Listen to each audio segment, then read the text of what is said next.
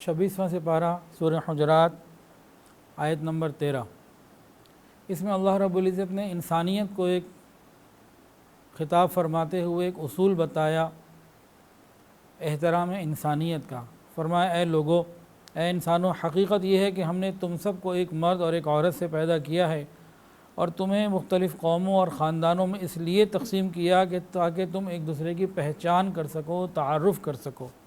در حقیقت اللہ رب العزت کے نزدیک تم میں سب سے زیادہ عزت والا وہ ہے جو سب سے زیادہ پرہیزگار ہے اور متقی، اور یہ تقویٰ تو دل میں چھپا ہوتا ہے۔ ان اللہ علیم خبیر، یاد رکھو اللہ تعالیٰ جاننے والا ہے دلوں کے حال سے، اور ہر چیز سے وہ باخبر ہے، ہر چیز کا علم رکھنے والا ہے۔ یہ مفہوم ہے اس آیت کا۔ اس آیت میں اللہ رب العزت نے بتایا انسانیت کا احترام۔ نبی علیہ السلام نے اپنی زندگی میں عملاً اس کو کر کے دکھایا۔ انسانیت کا احترام اگر نہ ہو تو آپس میں نفرتیں، دشمنیاں پڑ جاتی ہیں اور بہت سارے معاملات خراب ہو جاتے ہیں۔ اللہ رب العزت نے سمجھایا کہ یہ جو قبیلوں کا فرق ہے، زبانوں کا فرق ہے، مال و دولت میں کم ہو جانے کا یا بڑھ جانے کا فرق ہے، رنگ اور نسل کا فرق ہے، یہ صرف اور صرف پہچان کے لیے ہے، دنیا کے معاملات کے لیے ہے، ورنہ اللہ رب العزت کے نزدیک تو تقویٰ ہی ایسی چیز ہے جو عزت اور بڑائی کا معیار ہے۔ اس آیت کا شان نزول یہ ہے کہ فتح مکہ کے موقع پر یہ اس وقت نازل ہوئی جب جناب رسول اللہ صلی اللہ علیہ وسلم نے حضرت بلال حبشی رضی اللہ تعالی عنہ کو اذان دینے کے لیے بیت اللہ کی چھت کے اوپر چڑھا دیا۔ ان کو یہ عزت اور مقام ملا تو قریش مکہ جو ابھی مسلمان نہیں ہوئے تھے، ان کے سرداروں میں نے جو بعد ایک جگہ بیٹھے ہوئے تھے، جب اس حال کو دیکھا تو ایک نے کہا اللہ کا شکر ہے کہ میرے باپ کا پہلے ہی انتقال ہو گیا، ورنہ ان کو یہ بہت برا دن دیکھنا پڑتا۔ انہیں دیکھنا نہیں پڑا، شکر ہے وہ دنیا سے چلے گئے۔ حارث ابن حشام نے کہا کیا محمد صلی اللہ علیہ وسلم کو اس نعوذ باللہ کالے کوے کے سوا کوئی اور آدمی نہیں ملا جس کو حرم کے اوپر اذان دینے کے لیے چڑھایا جا سکے؟ اور حضرت ابو سفیان رضی اللہ عنہ بولے، اس وقت مکمل ایمان نہیں لائے تھے، بولے کہ میں کچھ نہیں کہتا کیونکہ مجھے خطرہ ہے اگر میں کچھ کہوں گا تو آسمان کا مالک ان کو خبر کر دے گا۔ چنانچہ یہی ہوا کہ آسمان کے مالک نے حضرت جبرائیل علیہ السلام کو بھیجا، اللہ رب العزت نے، اور انہوں نے تمام حالات کی خبر دے دی کہ قریش کے سردار بیٹھے ہوئے دور حضرت بلال رضی اللہ تعالیٰ عنہ کے چھت پہ بیت اللہ شریف کی چھت پہ چڑھنے کے اوپر یہ تبصرے کر رہے ہیں۔ نبی علیہ السلام نے ان لوگوں کو بلایا یا ان کے پاس گئے، بہرحال ان سے پوچھا کہ تم لوگ آپس میں کیا باتیں کر رہے تھے؟ پھر نبی علیہ السلام نے وہ باتیں ان کو بتا دیں کہ تم یہ باتیں کر رہے تھے۔ ان سب نے اقرار کیا کہ ہاں ہم یہی سب باتیں کر رہے تھے۔ تو یہ آیت نازل ہوئی جس نے بتایا کہ فخر اور عزت کی چیز در حقیقت تقویٰ ہے اور ایمان ہے۔ جس کا تقویٰ جتنا زیادہ اللہ رب العزت کے ہاں اس کا درجہ اتنا بلند ہے، اور جس کے اندر تقویٰ نہیں، یعنی تم لوگوں کے اندر اے قریش کے سرداروں، مال تمہارے پاس ہے، عہدے تمہارے پاس ہیں، لیکن تمہارے پاس تقویٰ نہیں، تم لوگ تقویٰ سے خالی ہو، اور حضرت بلال رضی اللہ تعالیٰ عنہ متقی ہیں، اس لیے وہ تم سے بہتر ہیں، اعلیٰ ہیں، افضل ہیں، وہ اشرف ہیں، گو تم عربی بھی ہو، گو تم نسلی بھی ہو، اور وہ حبشی ہی کیوں نہ ہو اور غلام ابن غلام ہی کیوں نہ ہو۔ یہ قرآن مجید کا فیصلہ ہے۔ حضرت عبداللہ ابن عمر رضی اللہ تعالیٰ عنہما کی روایت ہے کہ فتح مکہ کے روز رسول اللہ صلی اللہ علیہ وسلم نے اونٹنی کے اوپر طواف فرمایا کہ سب لوگ اچھے طریقے سے دیکھ لیں طواف کرتے ہوئے، اور طواف سے فارغ ہونے کے بعد آپ نے خطبہ دیا جس میں فرمایا کہ شکر ہے اللہ کا جس نے فخر جاہلیت کو، اس کے تکبر کو تم سے دور کر دیا۔ اب سن لو، تمام انسانوں کی اب دو ہی قسمیں ہیں، ایک نیک اور متقی، وہ اللہ رب العزت کے نزدیک شریف اور محترم ہے، دوسرا فاسق اور فاجر، وہ اللہ تعالیٰ کے نزدیک ذلیل اور حقیر ہے۔ اور اس کے بعد یہ آیت تلاوت فرمائی جو بھی ہم نے پڑھی۔ تو اللہ رب العزت کے ہاں تقویٰ کا عزت کا معیار تقویٰ ہے، اور دنیا میں ہمارا معیار مال ہے، دولت ہے، حسن ہے، خوبصورتی ہے، عہدے ہیں، ہمارا معیار یہ ہے۔ حضرت عبداللہ ابن عباس رضی اللہ تعالیٰ عنہ نے فرمایا کہ دنیا کے نزدیک، دنیا کے لوگوں کے نزدیک عزت مال و دولت کا نام ہے، اور اللہ کے نزدیک عزت تقوی کا نام ہے۔ اللہ تعالیٰ کے یہاں عزت متقی لوگوں کو ملا کرتی ہے۔ یہ جتنے بھی فرق ہیں یہ سب کے سب تعارف کے لیے ہیں، یہ تفاخر کے لیے نہیں ہے، فخر کے لیے نہیں ہے، فقط تعارف کے لیے ہیں۔ اللہ تعالیٰ ہمیں ان باتوں کی صحیح سمجھ عطا فرمائے۔ اس آیت میں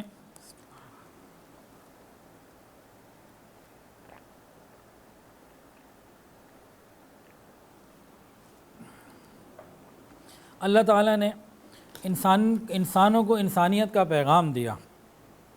یا ایھا الناس، اے لوگو، تمام انسانوں کو خطاب فرمایا، صرف مسلمانوں کو نہیں کیا، یا صرف کافروں کو بھی نہیں کیا، یا کالے کو یا گورے کا انتخاب نہیں کیا، یا عربی یا عجمی کا انتخاب نہیں کیا، تمام طرح کے لوگوں کو، انسانوں کو خطاب کر کے فرمایا یا ایھا الناس، پوری انسانیت کے نام یہ اللہ تعالیٰ کا پیغام ہے۔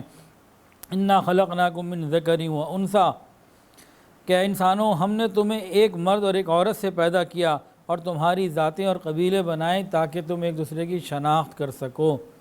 اس میں یہ پیغام ہے کہ تمام انسان برابر ہیں۔ آج کی دنیا ماڈرن سائنس کو اور ٹیکنالوجی کو ترقی سمجھنے والی اور بہت محنت کر کے ریسرچ کر کے یہ بتا رہی ہے ہمیں کہ مساوات پہ اگر عمل نہ ہو تو دنیا کے اندر خرابیاں ہوتی ہیں۔ مساوات کا سبق دیا جاتا ہے، حالانکہ 1400 سال پہلے جب دنیا کے اندر علوم کا چرچا نہیں تھا، یہ مساوات کا سبق اللہ کے محبوب صلی اللہ علیہ وسلم نے دے بھی دیا تھا اور عملاً اس کے مظاہرے بھی کر کے دکھائے تھے۔ اس وقت انسانوں کو اللہ نے بتایا کہ سب انسان ایک درجے پر ہیں، اس اعتبار سے کہ سب ایک ماں باپ کی اولاد ہیں۔ جینیٹک سائنس نے تو آج اس بات کو مانا کہ انسان جتنے بھی دنیا میں ہیں یہ ایک ہی انسان کی پیداوار ہے، ایک ہی انسان سے آگے نکلے ہیں، ورنہ پہلے تو کافر اس بات کو بھی نہیں مانتے تھے اور اللہ رب العزت نے 1400 سال پہلے اس کو سمجھا دیا تھا۔ اللہ اکبر کبیرہ۔ تو اللہ تعالیٰ کے ہاں معیار تقوی ہے۔ حدیث کے اندر آتا ہے کسی عربی کو عجمی پر اور کسی عجمی کو عربی پر فضیلت نہیں، کسی سرخ کو کالے پر اور کالے کو سرخ پر فضیلت نہیں، الا بالتقوی، ہاں اگر اللہ کے ہاں کوئی تقوی ہے، اللہ تعالیٰ کا کوئی عزت ہے، اکرام ہے، تو وہ تقوی کی بنیاد پر ہے۔ یہ آیت احترام انسانیت ہم سب کو سکھاتی ہے۔ احترام انسانیت سے کیا مراد؟ ہم کسی کو بھی چاہے وہ کافر ہی کیوں نہ ہو حقارت کی نظر سے نہیں دیکھ سکتے۔ قرآن مجید میں بعض چیزیں اللہ رب العزت نے ایسی بتائی ہیں جس میں یہ نہیں کہا کہ صرف مسلمان انسان۔ ایک تو یہ آیت، اور سنیے وَلَا تُصَعِّرْ خَدَّكَ لِلنَّاسِ، لوگوں سے بات کرتے ہوئے چہرے کے اوپر تیوریاں مت چڑھایا کرو، اچھے انداز سے بات کرو، مسکراتے چہرے کے ساتھ بات کرو۔ یہ حکم ربیت تمام انسانوں کے ساتھ، اس میں للناس فرمایا، للمسلمین بھی نہیں فرمایا، للمؤمنین بھی نہیں فرمایا، للناس سب کے ساتھ۔ اور کیا فرمایا؟ قولوا للناس حسنا، اور ایک جگہ یہ فرمایا کہ تمام انسانوں سے خوبصورتی کے ساتھ بات کیا کرو، جو بات کرنی ہے اچھے طریقے سے بات کرو۔ یہ بھی فرمایا قولوا للناس، للمؤمنین للمسلمین نہیں فرمایا، سب کے سب فرمایا کہ انسان کے الفاظ کا، لہجے کا دوسرے کے اوپر اثر ہوتا ہے۔ جب یہ کسی دوسرے سے بات کرے گا، وہ مسلمان ہو یا کافر، اس کے نرم گفتگو کا، اس کے چہرے کے اوپر خوبصورت مسکراہٹ کا، اس کے نرم لہجے کا دوسرے کے اوپر فرق آئے گا، اثر آئے گا، اور دوسرا بندہ اس کے قریب ہوگا۔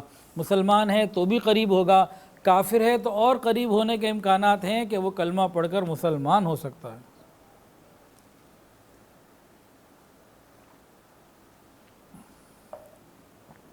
نبی علیہ الصلوۃ والسلام نے اپنی زندگی میں عملاً اس کو کر کے دکھایا۔ بخاری شریف کی روایت ہے، ایک دفعہ ایک یہودی کا جنازہ آ رہا تھا، نبی علیہ السلام دیکھ کر کھڑے ہو گئے۔ صحابی نے کہا یا رسول اللہ یہودی ہے۔ نبی علیہ السلام نے فرمایا لیست نفسا، کیا انسان نہیں تھا؟ تو میں انسانیت کے احترام کی وجہ سے کھڑا ہو رہا ہوں۔ ایک دفعہ کفار مکہ پہ قحط آ گیا، کفار مکہ کے اوپر قحط آ گیا، بھوک سے اتنے بلبلائے، اتنے پریشان ہوئے کہ چمڑا کھانے پر مجبور ہو گئے، بڑے پریشان حال۔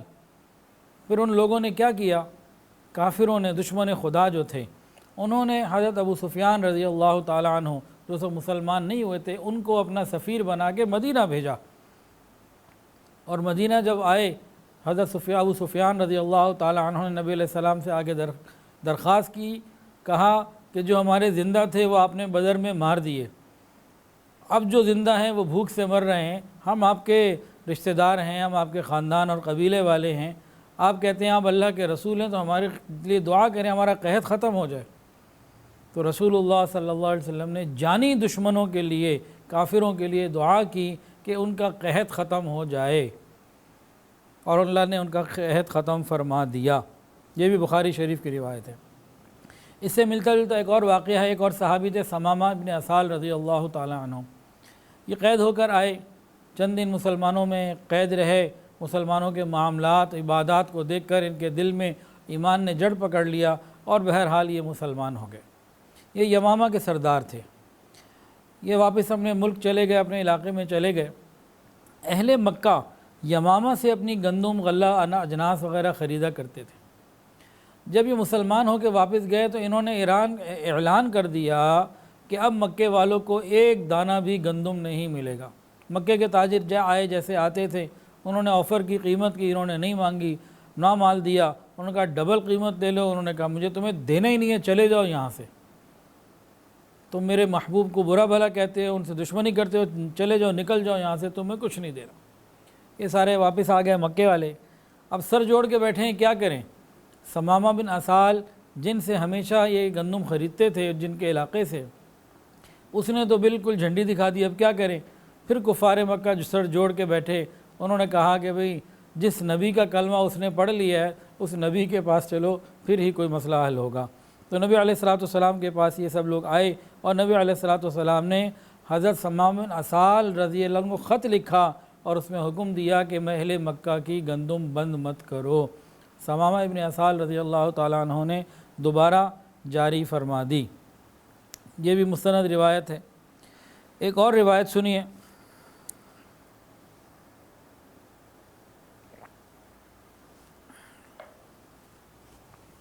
ایک غزوہ ہوا جس میں قبیلہ طے کے کچھ لوگ گرفتار ہو کے نبی علیہ السلام کے سامنے پیش کیے گئے۔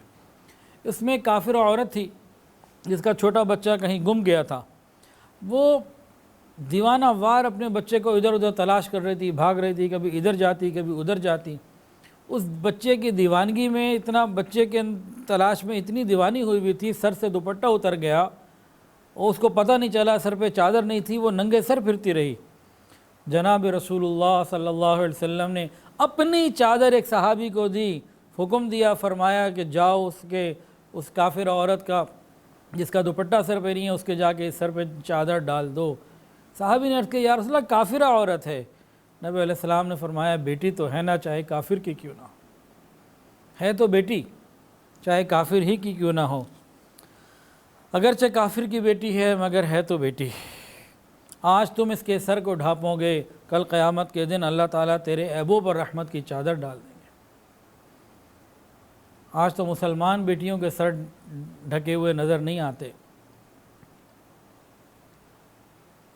آج سے 20-25 سال پہلے برقع پھر نظر آ جاتا تھا، اب تو بہت کم ہو گیا، اور 20-30 سال بعد تو برقع کیا منی اسکرٹ کی طرف ہم لوگ بڑھ رہے، پتہ نہیں کیا بنے گا ہمارا۔ اللہ تعالیٰ ہماری حفاظت فرمائے۔ تو شریعت جو ہے یہ عصبیت کو ختم کرنے والی چیز ہے، مٹا دینے والی چیز ہے۔ اب کسی کو کسی کے اوپر کوئی فضیلت نہیں، اللہ تعالیٰ کے یہاں فضیلت کا معیار فقط تقوی ہے۔ میں خان ہوں، میں چودھری ہوں، میں شیخ ہوں، میں فلاں ہوں، میں فلاں ہوں، ایسی کوئی چیز اب نہیں۔ قرآن مجید میں اللہ تعالیٰ فرماتے ہیں فَإِذَا نُفِخَ فِي الصُّورِ فَلَا أَنْسَابَ بَيْنَهُمْ يَوْمَئِذٍ وَلَا يَتَسَاءَلُونَ، پس جب سور پھونک دیا جائے گا اس دن نہ تو آپس کے رشتے باقی رہیں گے، نہ ان کے بارے میں کوئی پوچھ گچھ ہوگی کہ جناب آپ چودھری صاحب ہیں، آپ ملک صاحب ہیں، آپ جناب کس خاندان کے ہیں، کس قوم کے ہیں، کس قبیلے کے ہیں، ایسی کوئی بات نہیں ہوگی۔ اعمال کی بات ہوگی، اعمال کے اوپر فیصلے ہوں گے۔ ایک صحابی تھے حضرت ابو ذر غفاری رضی اللہ تعالی عنہ۔ ایک مرتبہ انہوں نے ایک حبشی کا بیٹا، ایک حبشی تھا، کوئی کالے رنگ کا بندہ تھا، اس کو غصے سے کہہ دیا یا ابن السودا، ایک کالی کے بیٹے، اے حبشی، اس طرح کی بات طعنہ دے دیا۔ جب نبی علیہ السلام کو پتہ لگا تو فرمایا کہ ابو ذر تمہاری اس بات سے عصبیت کی بو آتی ہے، تم نے کیسی بات کر دی، ایسا نہیں کہنا چاہیے تھا۔ حضرت ابو ذر غفاری رضی اللہ تعالیٰ عنہ کو جب یہ خیال آیا کہ مجھ سے غلطی ہو گئی تو سوچتے رہے کہ اوہو یہ تو بہت بڑی غلطی ہو گئی۔ اس کے بعد انہوں نے صحابی ہونے کا حق ادا کیا، زمین پر لیٹ گئے اور اپنے رخسار کو زمین پہ رکھا اور اس حبشی سے کہا کہ اب تم بدلے میں اپنا پاؤں میرے رخسار کے اوپر رکھو۔ زمین کے اوپر اپنا ایک رخسار رکھ دیا اور دوسرے کے اوپر ان کا پاؤں رکھوایا کہ تم اس طرح سے کرو تو پھر میں اپنے آپ کو جو ہے یہ سزا دینا چاہتا ہوں، اور باقاعدہ پریکٹیکلی انہوں نے یہ کروایا۔ اللہ تعالی ہمیں عصبیت سے بھی محفوظ رکھے۔ نبی علیہ السلام نے فرمایا عصبیت کی طرف بلانے والا ہم میں سے نہیں، عصبیت کی بنیاد پر لڑنے والا ہم میں سے نہیں، عصبیت کے جذبے پر مرنے والا ہم میں سے نہیں۔ نبی علیہ السلام اپنی امت سے نکال رہے ہیں اس کو۔ عصبیت کسے کہتے ہیں؟ اپنے آباء و اجداد اور اپنی قوم پر فخر کرنا اور ان کی صرف اس وجہ سے حمایت کرنا کہ وہ ہماری قوم پر ہیں۔ حضرت واصلہ بن اسقع رضی اللہ تعالیٰ نے پوچھا یا رسول اللہ عصبیت کیا ہے؟ نبی علیہ السلام نے فرمایا عصبیت یہ ہے کہ تو ظلم پر اپنی قوم کی حمایت کرے۔ معلوم ہے کہ میرا یہ دوست، میرا یہ رشتہ دار، میرا یہ بھائی، میرا یہ تعلق والا، میرا یہ قبیلے والا، میری یہ زبان والا، میرے یہ علاقے والا غلطی پر ہے، ظلم پر ہے، پھر بھی اس کی حمایت صرف اس وجہ سے کرنا کہ یہ میری پارٹی کا ہے، یہ عصبیت ہے۔ اور اس کو نبی علیہ السلام نے فرمایا کہ اس کا ہم سے کوئی تعلق نہیں۔ حضرت عبداللہ ابن مسعود رضی اللہ تعالیٰ عنہ فرماتے ہیں کہ نبی علیہ السلام نے ارشاد فرمایا جو اپنی قوم کی ناحق مدد کرتا ہے وہ اس اونٹ کی طرح ہے جو کسی کنویں میں گر گیا ہو اور اس کو دم سے پکڑ کر نکالا جا رہا ہو۔ یعنی شریعت میں ایسے شخص کی کوئی عزت نہیں۔ اللہ تعالی ہمیں جاہلیت سے محفوظ فرمائے اور عصبیت سے محفوظ فرمائے۔ تاہم اپنے خاندان سے، اپنی قوم سے اور اپنے وطن سے محبت کرنا یہ عصبیت نہیں ہے۔ اپنے ملک سے محبت کرنا یہ عصبیت نہیں ہے۔ عصبیت یہ ہے کہ کسی کی ناجائز فیور کی جائے اس بنیاد پر کہ وہ میری قوم کا ہے۔ ایک مرتبہ ایک شخص نے نبی علیہ السلام سے پوچھا کہ آدمی اپنی قوم سے محبت کرے تو کیا عصبیت میں داخل ہے؟ تو حضور صلی اللہ علیہ وسلم نے ارشاد فرمایا کہ نہیں، عصبیت تو یہ ہے کہ کوئی شخص اپنی قوم کی حمایت کرے حالانکہ وہ قوم ظلم کر رہی ہو، یہ عصبیت ہے۔ علامہ اقبال نے کیا خوب ارشاد فرمایا ہے، یوں تو سید بھی ہو مرزا بھی ہو افغان بھی ہو، یوں تو سید بھی ہو مرزا بھی ہو افغان بھی ہو، تم سبھی کچھ ہو بتاؤ تو مسلمان بھی ہو۔ فرقہ بندی ہے اور کہیں ذاتیں ہیں، کیا زمانے میں پنپنے کی یہی باتیں ہیں؟ آج ہمارے کھوکھلا ہونے کی بہت بڑی بنیادی وجہ یہ ہے کہ ہمارے اندر اس قسم کے جھگڑے موجود ہیں جس نے ہمیں توڑ کے رکھا ہوا ہے۔ اللہ تعالی ہم سب کو ایک اور نیک بن کر زندگی گزارنے کی توفیق عطا فرمائے۔ وآخر دعوانا ان الحمدللہ رب العالمین۔ ویڈیو کے نیچے سبسکرائب کے بٹن پہ کلک کریں، بیل کے آئیکن پہ کلک کیجئے تاکہ ہر نئی ویڈیو کی نوٹیفیکیشن آپ کو مل جائے۔